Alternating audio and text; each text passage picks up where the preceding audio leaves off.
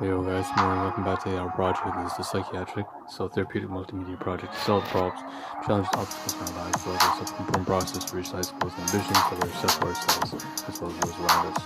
To take a brief introduction, brief summary is how to break down the Ahn Rho Project into domains of life, subseries, analogies, so on and so forth. You check out the previous live stream for the past 3.5 years, to up to January 2021 and beyond, from updated versions. That being said, let's dive into the second segment of the live stream. As usual, three things. First of all, is to solve a 5 over I stand for a rule to break all the rules, a system principle to free myself from the system and be practical to get my most urgently done.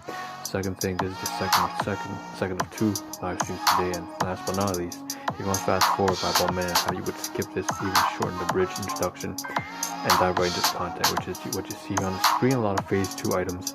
And then afterwards, you see my hand waving on the bottom right, we're going to go with phase 3. So phase 2 is more digital, abstract, and phase 3 is more concrete and tangible. Both components, sort of divisions of life. So that being said, take a look on the screen. What you see is what you get: lots of photographs, lots of food, gear, per the live stream title, conversations with people, and so on and so forth. We begin with collage. So let's start with phase 2 right here. Starting on the top left hand or right hand side, I believe if I expand it one by one, we'll cover, looks like the audio recordings at the very middle. Also see some stuff having to do at the very top. Some furniture, a lot of reworking of the room. So kind of like, I think you have room renovation. That's the way to think about it. At the very bottom, we have some Burger King, Whopper, apple pie. So some food, class 2 items from my domestic guardians. I will talk about that as gifts. And then we have the bottom left hand side, we have some stuff here having to do with gear, some sports gear, not sports gear, but safety equipment, support straps. You can see right there in the middle. At the very middle and to the top, we have not only the Burger King food that I received from my domestic guardian, but also food that I received from my brother in terms of stuff that is like falafels, Mediterranean food. At the very bottom right, at the very bottom is where we have some stuff having to do with philosophy, education, and so on and so forth, basically management of life in general.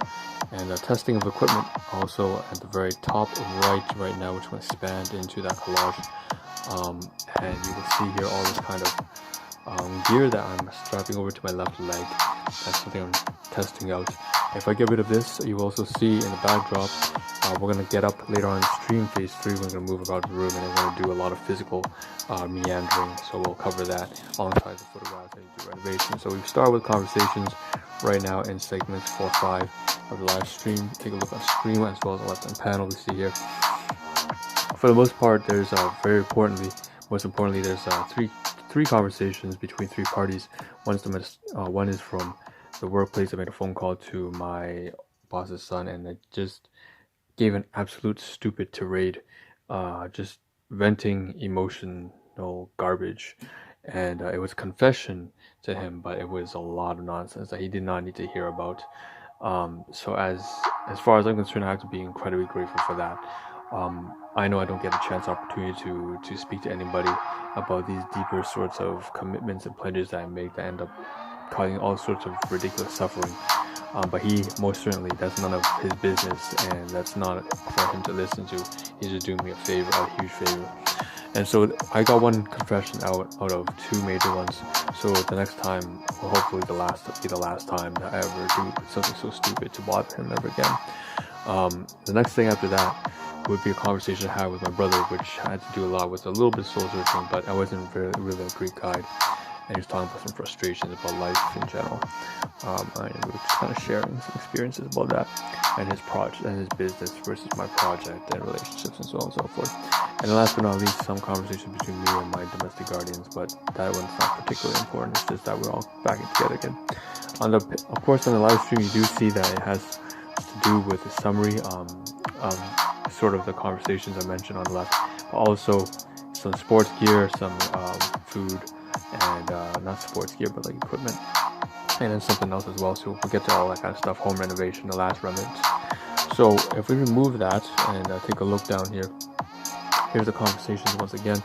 I put a voice recording on the conversation, also on a phone call onto my laptop, so I'm going to have to save that, and also have to go on Excel, in fact, and we'll go to that in segment 8, where I'll refer to that. But basically I will have to also document what it was, what the key conversation had today between me and my brother, as well as me and the boss's son. So that's kind of the main thing I have to highlight.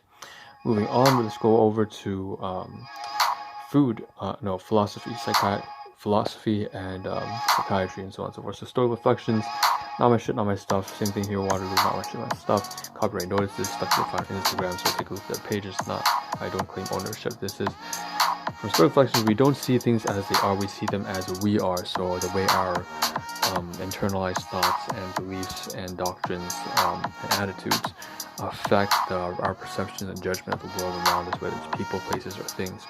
And then we have on the right hand side, and I couldn't agree more with Anais Nin, and on the right hand side we have from University of Waterloo, engineering design days are multi-day team events per the description for students who work on large hands-on open-end engineering design problems modeled on the concept of a hackathon. And so in today's ideas clinic, we have mechatronics engineering students working on better cars and teaching how to navigate small, so on and so forth. So basically a bunch of stuff here, and here's a photograph of them.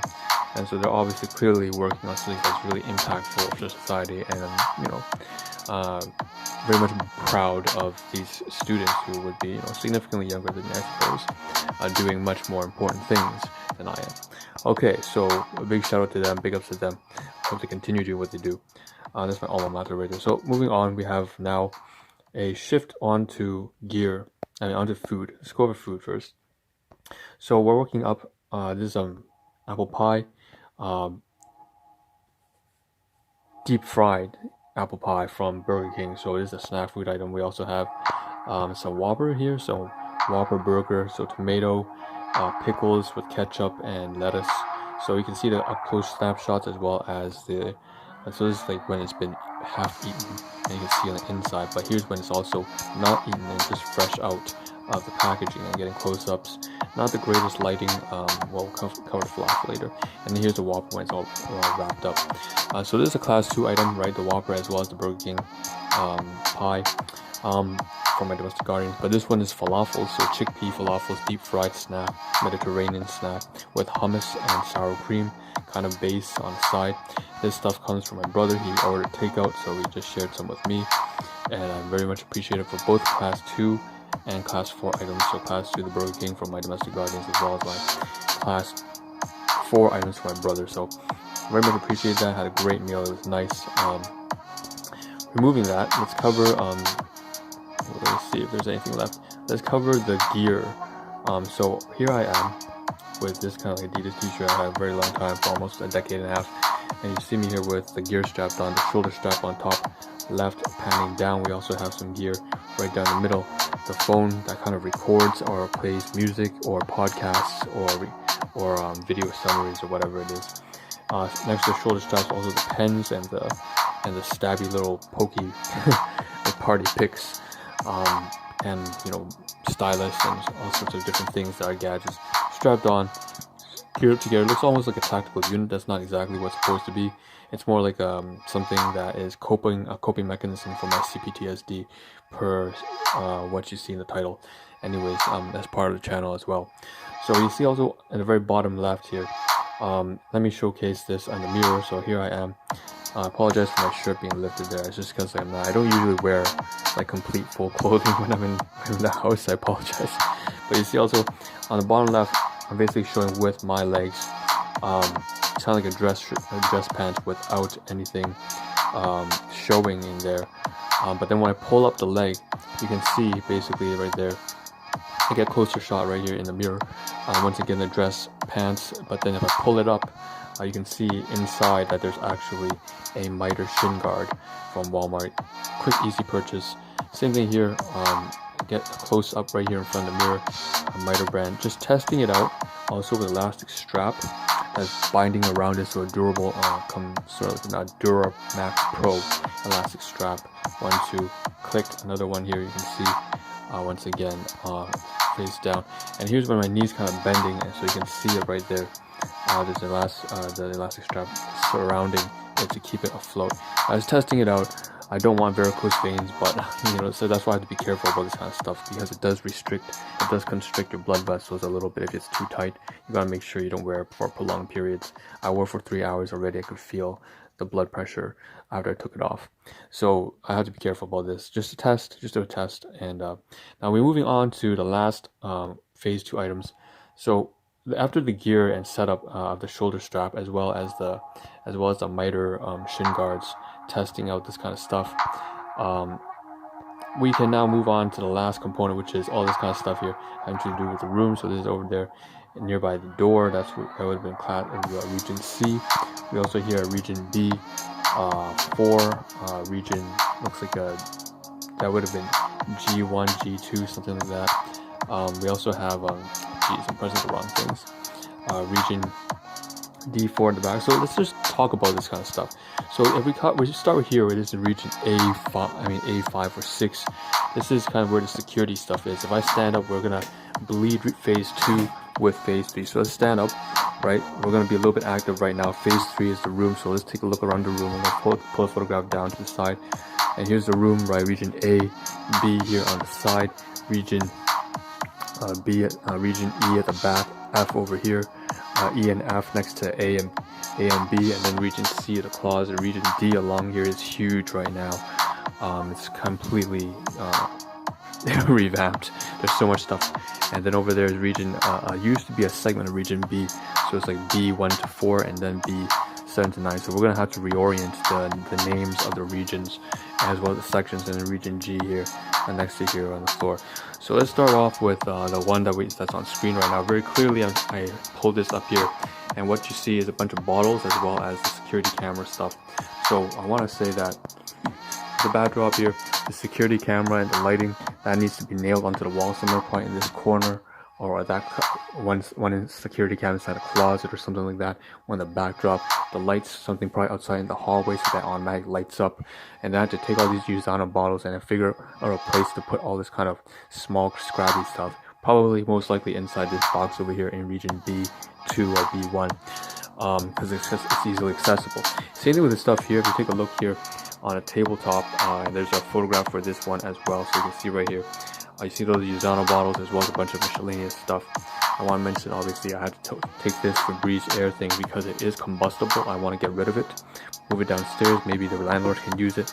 The drinks should probably be moved up here or finished over the course of the week. And I just organize all this water bottle stuff out here. These are all sample bottles. At least 5 of these are empty. It's empty. These 5 are all empty. You need to put it inside a box, stash up there in region C12, kind of stash it away so that it's for clients. This key needs to make a doppelganger. I need to dupe this key. It's for the res.